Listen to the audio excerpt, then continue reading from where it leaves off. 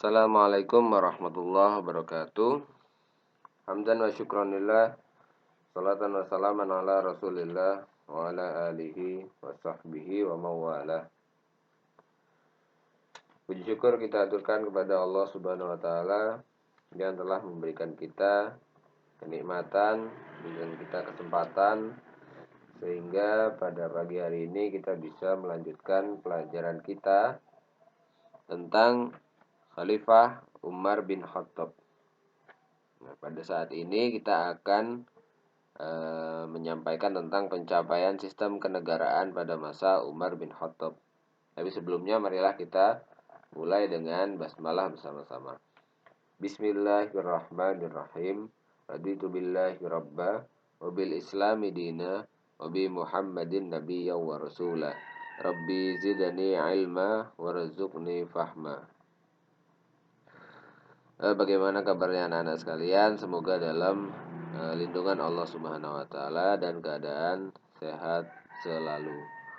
Oke, untuk pertama ya, pencapaian sistem kenegaraan masa Umar bin Khattab yang pertama itu adalah membentuk dan membagi tugas lembaga negara. Nah, Umar bin Khattab membentuk lembaga negara dengan kewenangan, dengan fungsi, dan dengan tugas masing-masing, ya, agar roda pemerintahan berjalan dengan efektif dan fungsional. Jadi setiap lembaga diberikan tugas tertentu untuk mengurusi hal tertentu. Misalkan lembaga keuangan ya, itu mengurusi keuangan. Atau lembaga hukum mengurusi hukum. Lembaga lembaga pendidikan mengurusi pendidikan dan lain sebagainya. Hal ini dimaksudkan untuk kelancaran dari roda pemerintahan. Ini adalah sebuah terobosan baru yang dilakukan Umar bin Khattab dan belum ada pada masa-masa sebelumnya seperti masa Abu Bakar, bahkan masa Nabi Shallallahu Alaihi Wasallam. Yang kedua, membagi kekuasaan legislatif dan eksekutif agar kekuasaan terdistribusi sesuai dengan tugasnya masing-masing. Eksekutif itu siapa? Eksekutif adalah ya khalifah itu sendiri, sedangkan legislatif adalah dewan-dewan atau sekarang di Indonesia seperti DPR gitu ya, Dewan Perwakilan ya. Jadi orang-orang perwakilan dari rakyat yang yang mengurusi urusan rakyat ya, apa keinginan rakyat, apa kebutuhan rakyat dan lain sebagainya. Lalu yang ketiga adalah mendirikan Baitul Mal. Baitul Mal di sini seperti lembaga keuangan begitu ya, atau di Indonesia seperti Bank Indonesia, Bank Sentral Indonesia, yang yang berhak untuk mengurusi masalah keuangan, mengeluarkan mata uang, ya, lalu menaikkan atau menurunkan nilai dan lain sebagainya, serta menyimpan harta atau persediaan uang emas, dinar dan dirham itu yang milik Islam, itu disimpan dalam Baitul Mal. Lalu mencetak mata uang. Nah, Umar bin Khattab mencetak mata uang sendiri. Jadi sistem barter mungkin sudah agak sedikit ditinggalkan. Menciptakan mata uang, dinar dan dirham. Karena sebelumnya itu sistemnya barter. Dan kalaupun ada mata uang, itu adalah mata uang yang berasal dari Persia dan Romawi, gitu ya. Jadi Islam waktu itu belum punya mata uang. Tapi setelah Umar bin Khattab, Islam akhirnya memiliki mata uang sendiri. Lalu membentuk satuan keamanan, gitu ya. Satuan keamanan yang menjaga batas-batas negara supaya para pemberontak, para musuh tidak bisa masuk dan negara Islam menjadi aman. Lalu mengatur perjalanan pos.